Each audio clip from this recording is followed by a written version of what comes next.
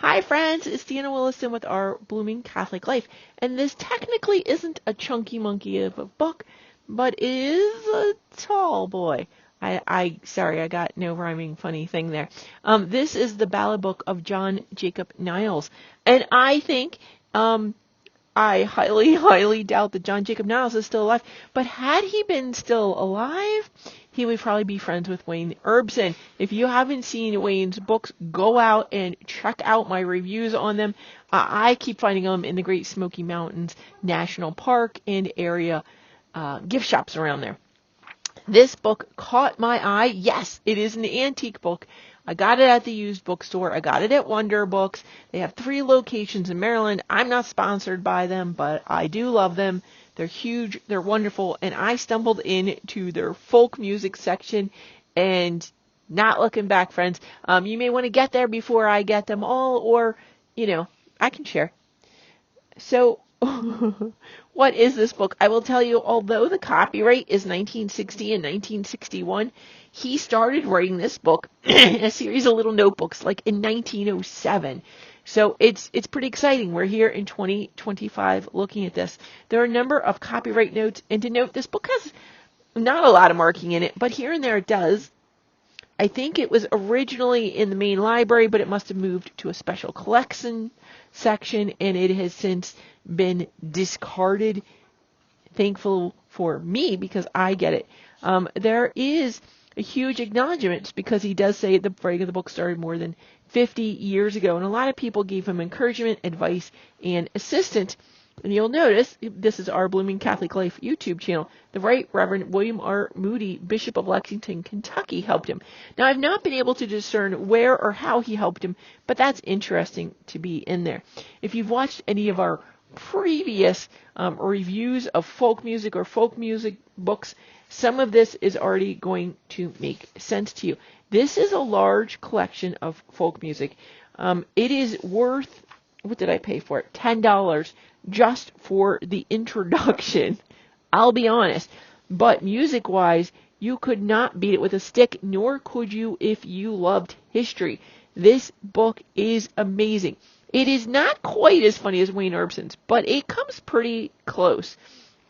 So our friend here, John Jacob Niles, he sets this up pretty nicely. You can't see the ... to get you over, but you can almost use the print from the previous page to get you over to your song. It's otherwise set up nice. So, as we talked about before, ballads tend to be catchy tunes to spread the news. We talked about that when we reviewed the Fireside book of folk songs. We talked about the history of ballads a little bit, and minstrels used them. They were conveying the news, and they would go from town to town and sing the news. And the people would sing the chorus back to them as they did all these different stanzas, updating the news. Now, some of them were updates. You might have learned the song and something new happened, and it would be added as a later stanza to the song.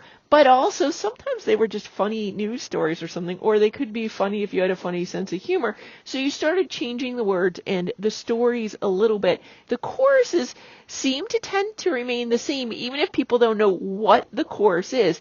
And it does seem in this book that sometimes people were just making stuff up, and we're going to get to that later. What are the other... Let's talk about the kinds of folk songs in here. This book is a little delicate. It does have a little crack in the spine area, so I need to be somewhat gentle with it. Let's go back in here. We have introduction. We have riddle songs. I wish they divided it up a little differently. You'll see right away he's referencing Child. Child is one of the major ethno-musicians in America. So what did... and sorry, I forget the gentleman's first name. He went around like Appalachia collecting folk songs. You ask people to sing. Sort of how Wayne Erbsen did. So Wayne Erbsen learned it by playing in bands, and he'd run into people and things. These are people who literally go out into the hills. They'd go to a town. This particular author of the book we're looking at, John Jacob, he would go into a town. He would introduce himself to a policeman or other government officials so they'd know who this crazy man is going up into the hills and hollers. But also he would say, is there a musician that does this, that sings, that I should talk to? And if it wasn't the policeman, somebody maybe standing outside. He tried to make some local connection who would help him find the musicians up in the hills and hollers. And that is something that Childs did, and a couple other people in America did. Now, the very first song is called Riddles Wisely Expounded, and it gives you 3 different riddle-type songs. Riddles were a popular form. The Elfin Knight, which was collected by Child. So when it says child number 2, it means it was collected by a person whose last name was Child. Child number 2. So it's giving you reference to another collection. But then they have their own variations here. So Riddles Wisely Expounded, it says child number 1. But then we have 3 subheadings there. The Devil's Questions, the Riddle Song, Imperi Mirdi Dictum Domini. That looks like it's something in Latin. We'll come back to that. That's a very funny thing. The next one is the Elfin Knight, which has variations known as My Father Gave Me an Acre of Ground, the Parsley Vine, and the Shirt of Lace. So you can see they don't seem to have anything in common. Well, what would happen is, as people came from the old country, Scotland, England, whatever, to the hills of America, and then they would disperse further up. They got further away from the sources. And you might have a song that your neighbors never heard. And if something doesn't make sense, you're changing it here and there so that it made sense to you, or so that it was funny to you. Maybe you thought it was so nonsensical, you made up some new verses. And then that's the one that your kid remembered when you were being silly, not the serious actual verses. They remembered the silliness. So there are a number of variations. The False Knight Upon the Road, Lady Isabel and the Elf Knight, Earl Brand, The Fair Flower of Northumberland, The Twa Sisters, The Cruel Brother, Lord Randall, Edward, Babylon, or The Bonnie Banks, 040. So there's many in here. We have page after page. In the back, there's a bibliography index, which is index of titles, index of first lines, index of explanatory material. And some of this is very funny. I'm just going to open up to a random song. You can see, again, like our other folk songbook, it gives you the melody line as well as some accompaniment. I believe this one also has guitar chords actually written in by the publisher. Unlike mine, I had them written in by hand. This one gives you the first verse and perhaps the chorus, and then additional verses are listed below, as well as some history of the songs are included. Oh, sorry, the history for that one was on the page before. Let's just read that one. That was for Rory Bain. Niles, so it must have been another collector. Niles, number 13B. The singer, Walter McCoy, was a handyman. In some parts of the world, he might have been called a man of all work. He claimed to own a gold mine, and for a small sum offered me digging rates. I did not take up the offer, being otherwise engaged. Furthermore, the clerk at the Highlands Country Club, North Carolina, warned me of the rattlesnake danger. It was very pleasant at Highlands. I was delighted to make the acquaintance of Mr. McCoy and hear him sing his variant of the great ballad, Sir Lionel. He called it Ruby Bain, or Crazy Sal and Her Pig. My mind went back to the almost forgotten pig woman who had been so famous for a season in the old Hall Mills murder trial. Mr. McCoy was the only singer I've ever met who had the disturbing habit of singing his verses in the wrong order. He actually sang the verses of Ruby Bain as follows: 1, 4, 2, 3, 6, 5. Then he went back and sang them in the correct order. In this ballad, we find a man fighting with a magical sword made of silver and tipped with gold, suggesting that both the boar and his mistress had supernatural powers, for it is against such adversaries that the weapons of precious metal are in order. Even so, Ruby Bain dies, and in the true ballad style, he, the boar, and the boar's mistress are buried in a common grave. And then the next one in this same series, this was Niles, number 13C, Bangum and the Bow. Just across the street from the Hotel Morrison, Tennessee, there was a filling station with car washing as a sideline. One of the car washers was a colored man of undetermined age named Eddie Stiles. I'm going to pause here. There are some terms used in this book because it was originally started in 1907 and published in 1960. It uses some words for different ethnic heritages that we would not currently use in books. This did. It wasn't prohibited at the time. I apologize if there's any offense given. His name was Eddie Stiles. And Early June 1934, Eddie Stiles washed my car and discovered that I was interested in the music of the countryside. He at once went into singing of a rather disconnected version of Sir Lionel.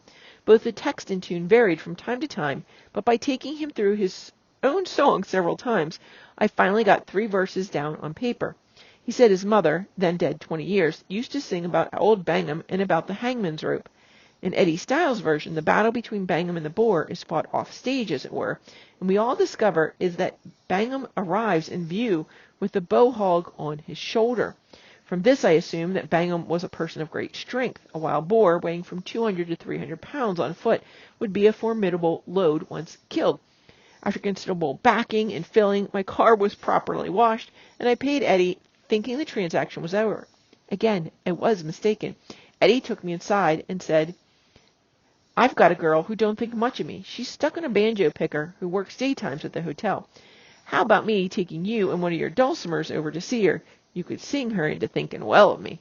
I talked Eddie out of this plan by proposing another, whereby he was to bring his girlfriend to the gas station, and I would sing for her there. Eddie seemed to think well of the new plan. He said, "Course you ain't in no position to beat my time, 'cause you was white and she is colored, and then you's going on your way in the morning." I went back to the hotel and thought it all over. I paid my bill and moved on through the night to Asheville, North Carolina. What happened to Eddie Stiles and his lady friend I never knew. Maybe he felt it wasn't safe. I don't know what that is. Maybe he didn't want to get involved in the couple's affairs. I don't know. But this is how Eddie Stiles sang Bangham and the Bow, and then it gives us that song. Oh, he does have difference. There is a difference in the song there. Verse 3 is "Old white man he left, old Bangham he right. 44 when I fight, pray, brother, brother, pray." So there is definitely a different tone. I think this said originally.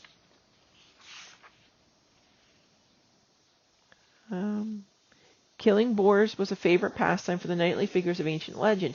The English and Scottish texts offered by Childs are not all complete.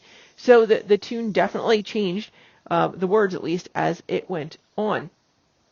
Very interesting there as well. So I probably didn't mention the author is someone who grew up playing dulcimer, so it appealed to me when I saw that. You know I was buying the book right there. He's built over 30 of them himself. I think he said 5 played and 3 were in good working order when he wrote this final version of the book. Let's go ahead and look at some of the things that are here in the back. It is interesting to note that at the very end, we have a postscript, and he tells you he picked the 100. He has way more than this, but he picked 100 examples, some long, some short, some boastful, some violently tragic. Yeah, murder ballads, I know. And a few humorous. Once, while a student of Greek drama at the Université de Lyon in France, I was told by one of my masters that the starkest tragedy and the most bombastic slapstick comedy are the most likely to remain in the current of human consciousness. They are quite sure to be republished as books, attended as plays, and revered as music. And perhaps that is why the 39 surviving ballads in his collection of 65 child titles are tragic in varying degrees. Ballads concerning battles didn't really survive in America because they just weren't in the situation where the pioneers lived. The songs had to speak to the people in order for the people to come. There's a beautiful postscript here. It tells you their voices still echo in my heart as a part of the life of the ballads. What are the special features here? I've already showed you some of them. It tells you here there's a key to guitar chords. That might not have been mentioned in the beginning. It's a very awkward section. Just has this right here. Where are we at? Even page 349. To note, this one does have page numbers in the upper outside corner, but I think it's only on right-handed. Yeah, only on right-handed page. And only if a title is not on that right-hand page.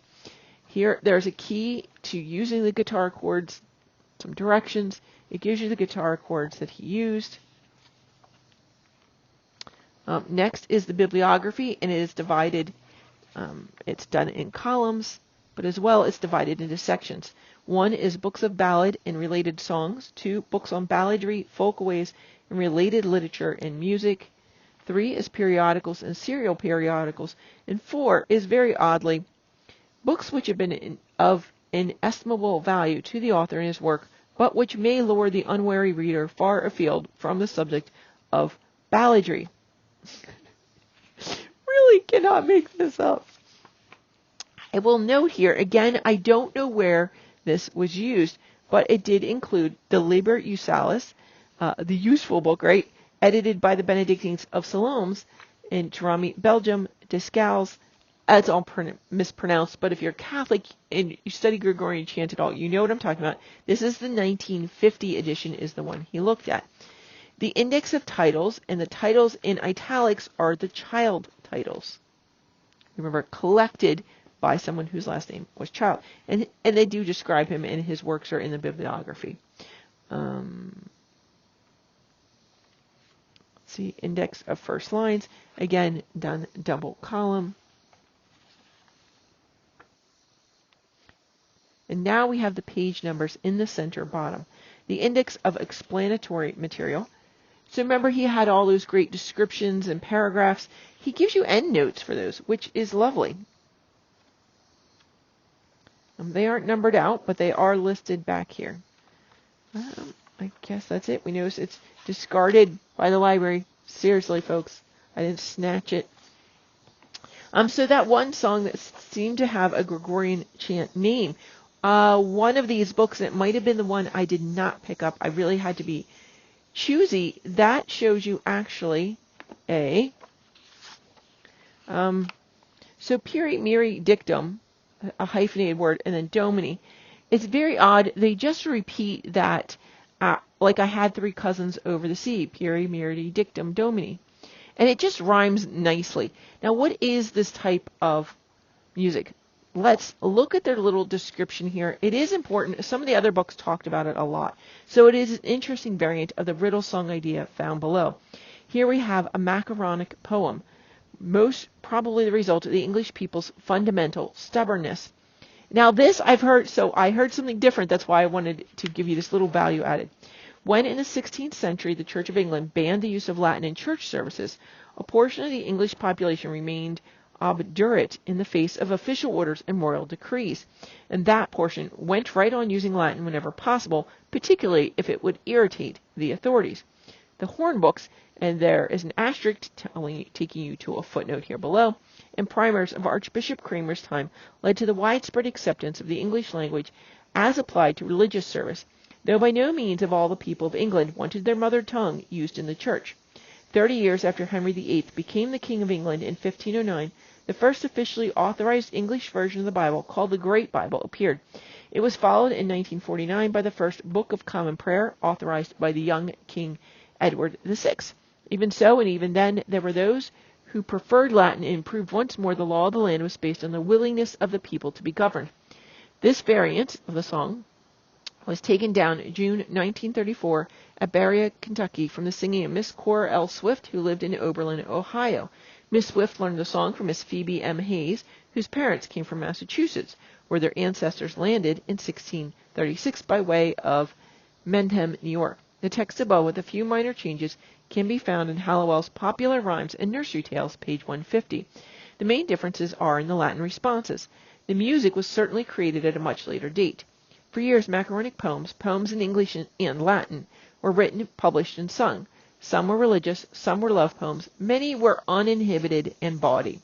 It is not surprising that the idea of the riddle song was taken over and employed as a basis of a very effective set of macaronic lyrics. Today, as peri miri dictum domini, it is widely sung in the schools of the United States, hog Latin and all. I think most people today call that, I've heard of pig Latin, I've never heard of hog Latin, but what I will say is I don't think that's what it is entirely. Here's why. He does have, what's written down here is a very clean edition of the song, but you can find it on the internet, which explains this. So peri could be from peri, P-E-R-I, which is not how it's spelled here, but would mean around, right? Like perimeter. Mare, M-A-R-E, means the seas, right? Like the oceans. Dictum is said, and domini is Lord. So this is saying around the sea, said someone, right? And then in fact, the song says, I had 3 cousins over the sea, peri miri, dictum domini. It does rhyme and go with the rhythm. 3 or 4 presents sent they me. 3 presents would be the Trinity, right? Should be. But then it goes on.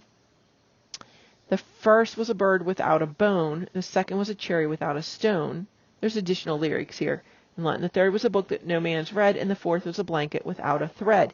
And I will tell you, if you look this up, there are other very bawdy versions of this. Hopefully you would not sing in front of a child. That when you give the answer to what these rhymes are, they are all dirty.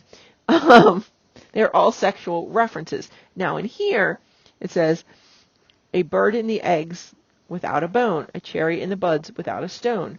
Can there be a book that a book in the press that no man's read, the blanket in the wool without a thread. So like a felted blanket. So this give clean answers. Maybe that's what you would sing in front of the children, but there are actually very sexual innuendo answers to all of these, which goes along with the song before that, because it is the earlier one, the Devil's Questions. It does make more sense with the original song. The devil is trying to take him a bride, I believe. And so that makes more sense when you see what they've done. And so some people say in the bawdy versions of the songs in Latin, yes, from that period in England, but they were like poking fun at the Catholics, as is the hokey pokey making fun of Catholics using Latin. And the expression hokum pokum even. So that's all making fun of Catholics in the Latin, using the Latin language. It's a form of mockery. So he seems to be clearly unknowing of this when he does it. Again, now we have the internet. He did not have the Google. So there could be modern scholarship to update some of these. Wayne Erbsen, if you're bored and don't have any material for a new book, you could take a look at this old book, perhaps. It is the Ballad book of John Jacob Niles. Again, it's got over 100 songs. It's got a great history. Look, we've even got a picture of a guy playing a dulcimer. And it does tell you the author actually is one of the people who played his dulcimer with a bow. Again, it gives you the history of the song and the variants, and it gives you the tune as well as some harmonization and all the lyrics that they've collected in several editions, as well as referencing it back to some other collections. I think that's a very thorough job. The introduction is worth it for the entire book. Again, if you've been listening this long, I'll go ahead and give you a little bit. He gives more of his history. I think I did summarize a lot of this. A lot of it is a little bit funny, off and on. Like, although my first commonplace book, Notebook number 2, was purchased as late as May 1st, 1908, I had already been writing down fragments of folklore, family, and community music, proverbs, riddles, dialect, speech, parts of revivalist sermons, my own poems and musical compositions, and even one ballad of 25 quatrains on the loose-leaf pages of a school notebook. The ballad, Lord Bateman, Niles number 22, was taken down on July 12, 1907, when a stake driver and a bush cutter in a surveying party. I was just past 15 years of age. Quite a few pages fell out of this notebook. I have no idea what was on the pages, but after I had repaired the book as best I could, I wrote the following. If I had known that this book would need all this pasting, I would not have paid 10 cents for it, but would have offered 5 cents. At the present time, this notebook contains 96 closely written pages of ballads, carols, love songs, a fragment of a handwritten rhyming dictionary, a family genealogy, certain weather signs and superstitions, and 40 pieces of priceless handwritten music. I say priceless because among these pages are the ones showing the original development of Go Away From My Window, and Black is the Color of My True Love's Hair, which my publisher, G. Shermer, and I have used to establish the validity of my claim to their composition and copyright. If there was ever a commonplace book or notebook indicated as number 1, I've never found it. There is one indicated as notebook number 5, 1 plus 1A. It is a tiny thing of 71 pages, measuring a scant 4 by 6 inches, and contains 12 ballads with musics, 2 sonnets, some proverbs, many examples of dialect speech, cures, superstitions, and random notes. But I do not know what number 5, 1 plus 1A actually means. My second notebook was once a publisher's dummy. A female person first owned it and wrote her poems on its blank pages. I bought the book for 5 cents in Louisville, erased the former owner's poems, and wrote my own over them. Later, I erased my own poems and wrote down the ballads, carols, love songs, and native lore I encountered in my fieldwork. Altogether, I have 14 notebooks containing the folklore. The book pages of the book are covered top to bottom with tiny, faint penciled notes. From these pages, I first constructed my concert and lecture programs, and finally they became my source material when I wrote the Ballad book of John Jacob Niles. So why he'd also intended to write a book of carols. That never happened. The Ballad book kind of took over. As far as I know, I have to see if I can find the carol book. Perhaps he did do it later. So what happened, he used a lot of this research for his own musical performances and his own lecturing. And so he didn't want to have the book published until he always intended to give it back to the people. And after he retired, it became the project of his lifetime. And it is a beautiful book. I hope you get a chance to see one or read one. Again, I'll put the information and see if I can find some copies. Look in the description below. Perhaps I can find a link to where we can find them, but at least you'll have all the information that you can search for these yourself. It is a wonderful book. Even if it's scanned on the internet for free, I'll be sure to let you know. God bless you, friends. Remember, if this video has blessed your life in any way, please give it a like, share, subscribe, and consider joining with one of those tiny little memberships. God bless you, friends.